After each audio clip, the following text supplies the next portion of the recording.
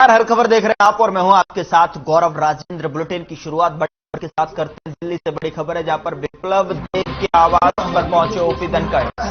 Police का एक तरीका है काम करने का। हरियाणा बीजेपी के प्रभारी हैं विप्लव देव। ओपी धनखड़ हैं हरियाणा बीजेपी के अध्यक्ष। विधायक मोहनलाल बड़ौली भी रहे मौजूद। बीजेपी नेता वेदपाल भी रहे मौजूद। तो बड़ी खबर दिल्ली से आप देख पा रहे हैं। विप्लव देव से मिले ओपी धनखड़। हरियाणा बीजेपी के प्रभारी हैं विप्लव देव। ओपी धनखड़ हैं हरियाणा बीजेपी के अध्यक्ष। इस वक्त की बड़ी खबर आप देख रहे हैं टेलीविजन स्क्रीन पर। विप्लव देव से मिले ओपी धनखड़। हरियाणा बीजेपी के प्रभारी हैं विप्लव देव। ओपी धनखड़ हैं हरियाणा बीजेपी के अध्यक्ष। विधायक मोहनलाल बड़ौली भी रहे मौजूद। और इस वक्त की बड़ी खबर आपके सामने टेलीविजन स्क्रीन पर। विप्लव देव से मिले ओपी धनखड़। हरियाणा बीजेपी के प्रभारी हैं विप्लव देव। ओपी धनखड़ हैं हरियाणा बीजेपी के अध्यक्ष। विधायक मोहनलाल बड़ौली भी मौजूद रहे। इस वक्त की बड़ी खबर दिल्ली से, यहां पर विप्लव देव से मिले ओपी धनखड़। हरियाणा बीजेपी के प्रभारी हैं विप्लव देव। ओपी धनखड़ हैं हरियाणा बीजेपी के अध्यक्ष। बड़ी खबर दिल्ली से देख रहे हैं आप, जहां पर विप्लव देव से मिले ओपी धनखड़। हरियाणा बीजेपी के विधायक मोहनलाल बड़ौली भी रहे मौजूद। बीजेपी नेता वेदपाल भी मौजूद रहे। इस वक्त की बड़ी खबर तस्वीरों में आप देख सकते हैं। तो इस वक्त की बड़ी खबर विप्लव देव से मिले ओपी धनखड़। तस्वीरों में आप देखिए हरियाणा बीजेपी के प्रभारी हैं विप्लव देव। इस बीच बड़ी खबर दिल्ली से देख रहे हैं आप, जहां पर ओपी धनखड़ हैं हरियाणा बीजेपी के अध्यक्ष, जहां पर विप्लव देव से मिले ओपी धनखड़।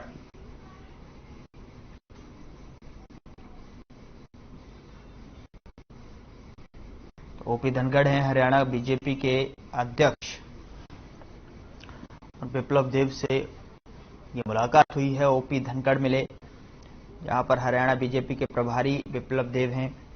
विधायक के साथ मौजूद रहे। ओपी धनखड़ हैं हरियाणा बीजेपी के अध्यक्ष। प्रभारी हैं विप्लव देव। तो इस वक्त की बड़ी खबर देख रहे हैं आप, तस्वीरों में देख सकते हैं। विप्लव देव से मिले ओपी धनखड़। ओपी धनखड़ हैं हरियाणा बीजेपी के अध्यक्ष। तो इस वक्त की बड़ी खबर आपके सामने टेलीविजन स्क्रीन पर। हरियाणा बीजेपी के प्रभारी हैं विप्लव देव।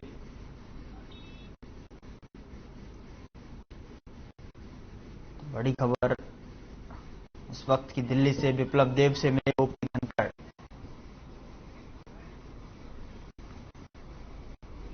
हरियाणा बीजेपी के प्रभारी हैं विप्लव देव। ओपी धनखड़ हैं हरियाणा बीजेपी के अध्यक्ष। इस वक्त की बड़ी खबर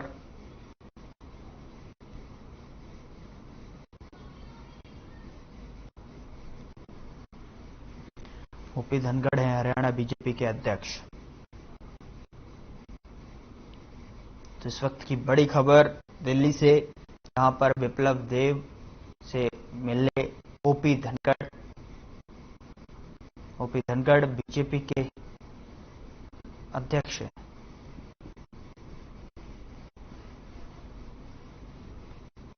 तस्वीरों में आप देख सकते हैं हरियाणा बीजेपी के प्रभारी हैं विप्लव देव। इनसे मुलाकात की है ओपी धनखड़ ने। और बता दें कि हरियाणा बीजेपी के अध्यक्ष हैं ओपी धनखड़। और साथ ही साथ ओपी धनखड़ ने विप्लव देव से मिलकर मुलाकात की, हरियाणा बीजेपी के प्रभारी विप्लव देव। आगे बढ़ते हैं। प्रदेश के सीएम मनोहर लाल ने यूआईडीएआई की आयोजित कार्यशाला में शिरकत की। कार्यशाला में आधार कार्ड के उपयोग को सरल बनाने के साथ साथ नवीन तकनीकी के साथ जुड़कर आधार का उपयोग बढ़ाने पर चर्चा की गई। कार्यक्रम में सीएम ने कहा कि 2 करोड़ 60 लाख लोगों का डाटा परिवार पहचान पत्र के अंतर्गत लाया जा रहा है और प्रदेश सरकार ने किसानों को उनकी फसलों की कीमत सीधे बैंक में दी जा रही है। इसी के साथ करीब 30,000 लोगों को रोजगार मेले के जरिए रोजगार दिया गया है और प्रदेश सरकार करीब 27 से 28 लाख परिवारों का प्रीमियम दे रही है। इस कार्यशाला में प्रदेश सरकार के कई आला अधिकारियों ने भी शिरकत की।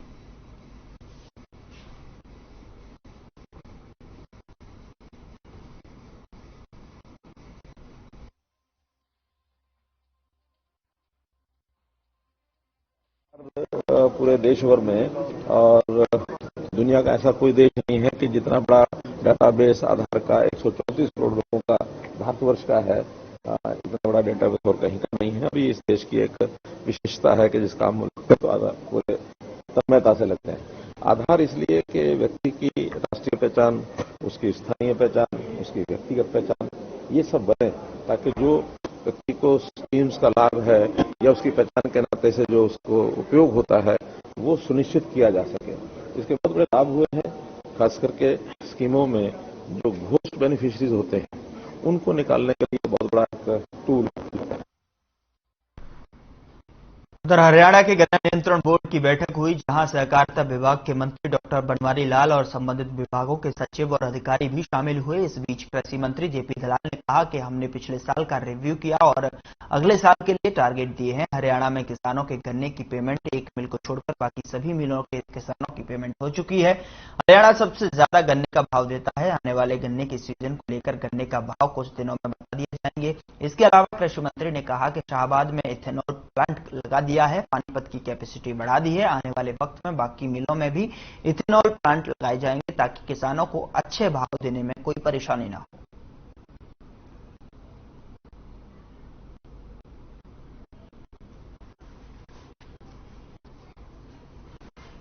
और सारे पिछले साल का रिव्यू किया गया और आगे साल के टारगेट दिए गए।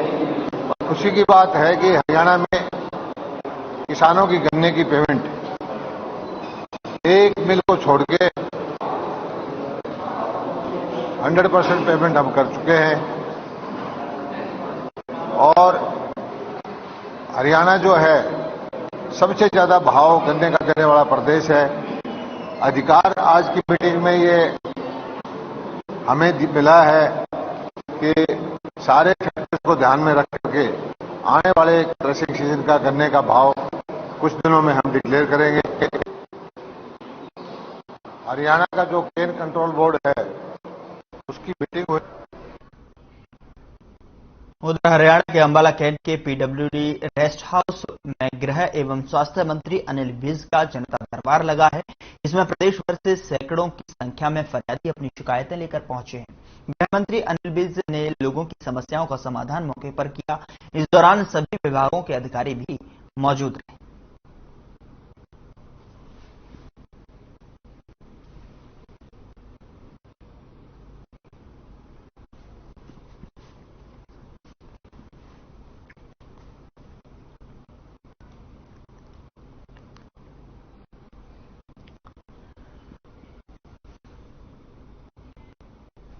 आगे बढ़ते हैं। सोनीपत के सेक्टर 4 के खेल स्टेडियम के पास प्रतिबंधित दवाओं के रैपर और इंजेक्शन मिलने का मामला सामने आया है, जिसके बाद खेल मंत्री संदीप सिंह का बयान भी सामने आया है, जहां उन्होंने नेशनल एंटी डोपिंग एजेंसी से जांच कराने का आश्वासन दिया है।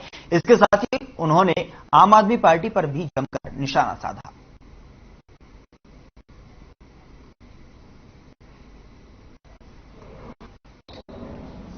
में आया है आज सुबह और इसका मैंने डीएसओ को भी बोल दिया है, डायरेक्टर को भी डायरेक्शन दे दी है कि इसमें मेरी प्राइवेट कोचेज जो 4 कोचेज जो ट्रेनिंग देने आते हैं उन्होंने अपने बच्चों के लिए कहा है कि हमारे बच्चों में से कोई भी नहीं ऐसा है जो ऐसी चीज को इस्तेमाल करता हो। लेकिन फिर भी हमने सेफर साइड के लिए जो वहाँ पर ट्रेनिंग करते हैं बच्चे, नाडा नेशनल एंटी डोपिंग एजेंसी होती है, उसको रैंडमली यहाँ पर चेक करेंगे कि ऐसा कोई व्यक्ति तो नहीं, ऐसा कोई खिलाड़ी तो नहीं है जो इस चीज का सेवन करता हो। फर्स्टली सेकंड चीज ये है कि वहाँ पर कई ऐसे बच्चे आते हैं जो भर्ती की तैयारी के लिए करते हैं, तो उनको भी हम अवगत कराएंगे कि अगर कोई ऐसा करता है तो वो यहाँ पर एंट्री। सरकार का स्टेडियम है, एथलेटिक्स का ग्राउंड है और जो बाथरूम में है वो इंजेक्शन है और बच्चे अपने टेस्टोस्टेरोन को बूस्ट करने के लिए लगाते हैं, जिनका आगे जाके बहुत ही साइड इफेक्ट है।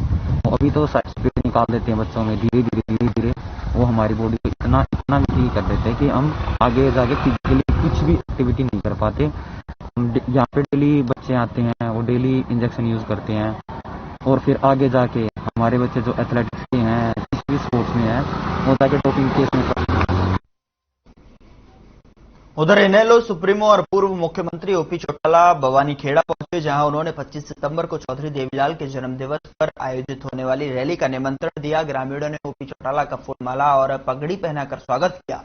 वहीं संबोधन के दौरान ओपी चौटाला ने मौजूदा सरकार की जन घोषणाओं का कटाक्ष किया और कहा कि उनके कार्यकाल में जो नौकरी उन्होंने युवाओं को दी थी, उनका षड्यंत्र रच मौजूदा सरकार ने उन्हें जेल भेजने का काम किया है। अगर भविष्य में इनेलो की सरकार बनी तो ये युवाओं को रोजगार देंगे, बच्चों को मुफ्त शिक्षा दी जाएगी। साथ ही इस पर सरकार ने जो बुढ़ापा पेंशन बंद की है, उसे ब्याज सहित फिर से लागू कर पेंशन बढ़ाने का काम किया जाएगा।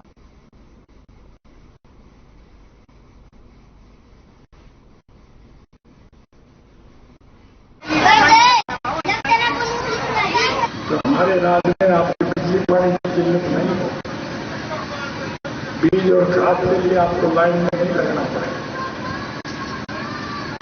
जिन बुढ़ों की पेंशन काटी गई, उनकी पेंशन का पैसा नए ब्याज के उनके घर भिजवाएंगे, वृद्धावस्था पेंशन और बढ़ाएंगे, महिलाओं की अलग से पेंशन, जमीन की तरफ किसी को आंख उठा करके नहीं देखते, मजबूरी में आकर वोट चाहे कहीं भी दिया, हम उसमें वोट की राजनीति का दखल नहीं माने। कुरुक्षेत्र पहुंचे बिजली और जेल मंत्री रणजीत चौटाला। उन्होंने कहा कि रीजनल पार्टियों का दौर खत्म हो चुका है, थर्ड फ्रंट बनने का कोई खाता नहीं है। किसान आंदोलन पर उन्होंने कहा कि किसान बेवजह बातों का मुद्दा न बनाएं, अगर उन्हें कोई परेशानी है तो अपनी समस्या आराम से बताएं।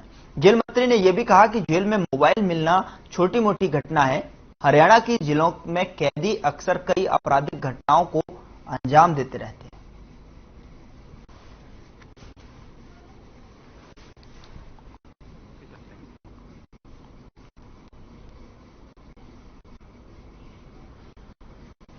उधर पटौदी में डैमेज कंट्रोल के लिए जननायक जनता पार्टी के जिलाध्यक्ष पहुंचे। इस दौरान 9 जननायक जनता पार्टी के कार्यकर्ताओं ने अनदेखी का आरोप लगाते हुए इस्तीफा दे दिया। जहां पार्टी के जिलाध्यक्ष ने इस्तीफा देने वाले लोगों को पार्टी का कार्यकर्ता मानने से इनकार कर दिया। साथ ही उन्होंने कहा कि ये सब उप मुख्यमंत्री के ओएसडी महेश चौहान को पद से हटाए जाने के बाद हो रहा है। वहीं जिलाध्यक्ष की बैठक के दौरान कार्यकर्ता पर पैसे लेने देने का आरोप भी लगाया है।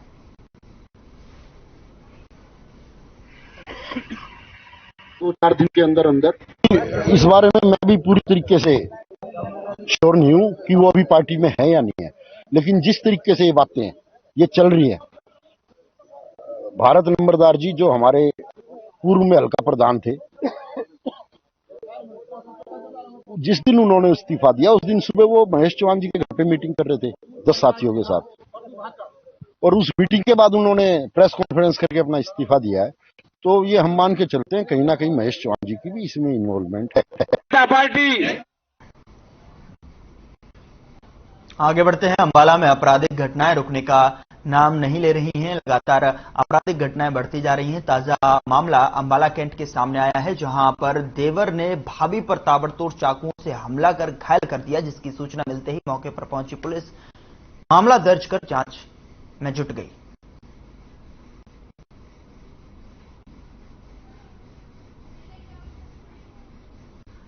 कुलदीप कौर थी, 8 चाकू मारे गए थे। पेशेंट का बीपी कंट्रोल नहीं हो रहा था, काफी कम था, तो इसलिए उसको पीजीआई रेफर कर दिया। मेरे चाचे के लड़के ने मेरी भाभी का घर में घुस के चाकुओं के साथ हमला कर दिया। मेरा भाई काम पे था, मैं भी काम पे था। पीछे से कल्ला देखा, उसने चाकू के साथ हमला कर दिया भयंकर। कारण नहीं पता जी। आप निरंजन जी, अब पहले भी कराई भी, अभी भी करी भी है, पहले भी हुई भी है 2 बारी। नहीं, जहाँ पे रेफर कर दीजिए पीजीआई। उसका नाम क्या है जिसने मारे? विजय है जी नाम। विजय क्या करता है वो? पहले है जी, बस पहले भी उस पर चाकू का केस चल रहा है जी, पहले ही मर्डर का केस चल रहा है उसके पास एक।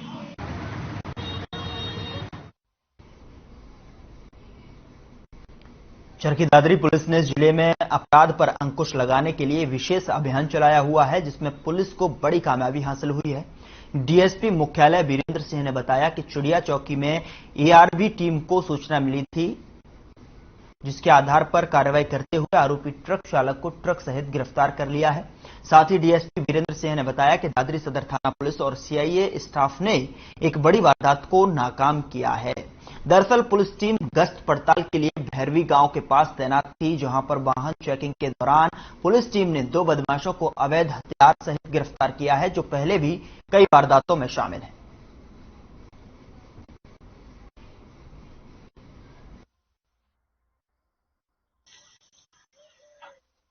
पर हमारी ईआरवी व चौकी चिड़िया इंचार्ज द्वारा अपने इलाके में नाका लगाकर इस ट्रक को राउंड अप किया गया। फोन करने वाले ने सिर्फ डायल 112 पर यह सूचना दी थी कि भी उसका ड्राइवर ये ट्रक लेके जा रहा है और उसने जो ट्रक में जीपीएस लगा हुआ है उसको उखाड़ दिया है और वो ट्रक चोरी करके भागने के चक्कर में है, इसलिए इसके खिलाफ कार्रवाई की जाए।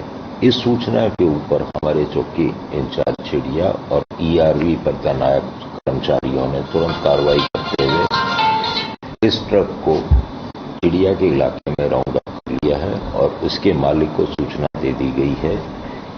ट्रक से एक जीपीएस हुआ बरामद किया गया है और दूसरा जीपीएस उस ट्रक में लगा हुआ था, जिसकी मालिक को ही जानकारी थी, ड्राइवर को जानकारी नहीं थी। अभी उसके वारिसान पहुंचने वाले हैं।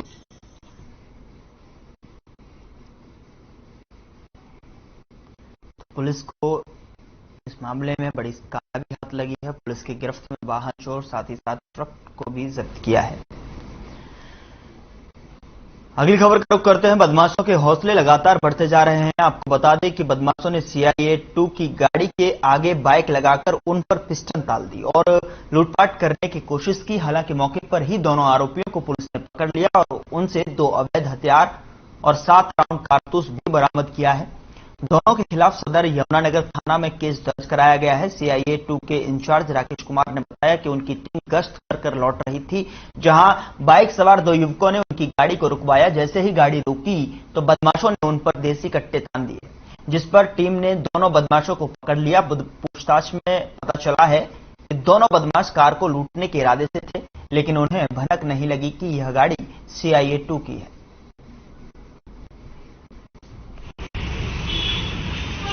कल शाम को पांजीपुर पुल पर हमारी टीम घूमी सरकारी गाड़ी में। जैसे ही हमारी गाड़ी पहुंची तो युवक जो बाइक साथ लिए थे और एकदम गाड़ी के आगे आए हैं, जो लूट के इरादे से आए थे, जिनको हमने काबू कर लिया है।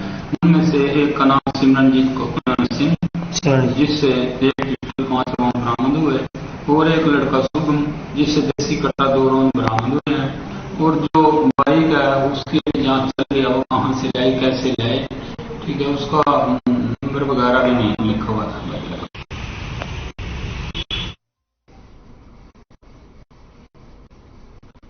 आगे बढ़ते हैं। फरीदाबाद में गैंगस्टर मनोज मांगरिया के गुर्गे जावेद की अवैध तरीके से कमाई गई संपत्ति पर बुलडोजर चला है। आपको बता दें कि जावेद ने अवैध रूप से जमीन पर कब्जा करके दुकानें, मकान और गोदाम बनाए थे, जिसके बाद फरीदाबाद पुलिस और नगर निगम ने कानूनी कार्रवाई करते हुए गोदाम, मकान समेत 7 दुकानों पर बुलडोजर चलाया। बता दें कि जावेद अपने साथियों के साथ मिलकर जमीन पर कब्जा करने का काम करता था। दरअसल जावेद ने अवैध तरीके से कई दुकानें बनाई थी और इन दुकानों से किराया वसूलकर जावेद अवैध संपत्ति अर्जित कर रहा था। वहीं फरीदाबाद पुलिस ने आरोपी जावेद की बनाई गई अवैध दुकानों को चिन्हित किया और कानूनी कार्रवाई करते हुए जावेद की अवैध संपत्तियों को गिरा दिया।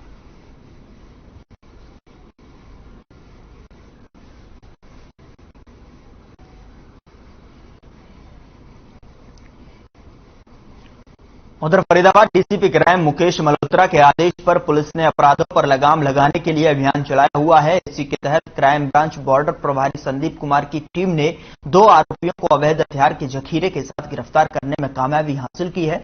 मामले की जानकारी देते हुए एसीपी क्राइम सुरेंद्र शौरान ने बताया कि पुलिस ने 2 आरोपियों को गिरफ्तार कर उनके पास से 6 देसी कट्टे, 2 बंदूक, 2 पिस्टल बरामद किए हैं। गिरफ्तार किए गए आरोपियों पर यूपी में 2 मुकदमे दर्ज हैं। और गिरफ्तार किए गए आरोपी अवैध हथियारों को बेचने का काम भी करते थे।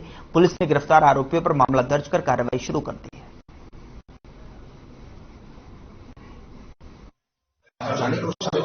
सभी घातक गन्स हैं, पिस्टल है, 6 देसी कट्टा, 2 पिस्टल है, 2 गन है, 1 कार्ट्रिज है। आरोपी कहाँ के रहने वाले? आरोपी ये 2 लोग हैं। एक तो कृष्णा है जो वृंदावन का रहने वाला है और दूसरा हरिओम है जो छाता के अंदर किलोरी गांव पड़ता है, वहां पर रहता है। उधर पानीपत के मॉडल टाउन में 3 साल पहले पत्नी की हत्या के मामले में आरोपी पति के खिलाफ जिला कोर्ट ने फैसला सुनाया है। सेशन जज मनीषा बत्रा की बेंच ने आरोपी पति को आईपीसी की धारा 302 के तहत उम्र कैद की सजा और 50,000 रुपए का जुर्माना भी लगाया है।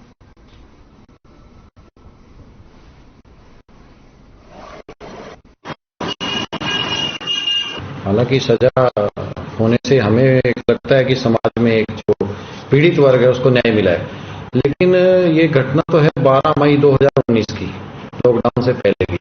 उसमें एक जो शादीशुदा था व्यक्ति जिसकी 15 साल पहले शादी थी, 2 बच्चे भी थे, लेकिन उसने अपनी पत्नी को मार करके उसको बुरी तरीके से मार करके बाथरूम के अंदर उसको बंद कर दिया, बोल्ट कर दिया, बंद कर दिया। उसके बाद लॉक लगा करके अपने दोनों बच्चों को लेकर के वो बहराइच यूपी चला गया। ये उसने घटना की। उसके बाद पड़ोसियों ने जब ऐसा महसूस हुआ कि समथिंग रॉन्ग है, कोई स्मेल आ रही है, तो उन्होंने उसको सूचना दी पुलिस को। फिर उसके बाद उसके मीन टाइम में उसके फादर हैं जो, वो भी फादर भी आगे, बचावन सिंह जो है, उन्होंने आकर के पुलिस को रिपोर्ट दिया। पुलिस ने अपना ताला तोड़ करके उसकी डेड बॉडी को वहां से रिकवर किया। फिलहाल बुलेटिन में इतना ही। आप देखते रहिए हर खबर।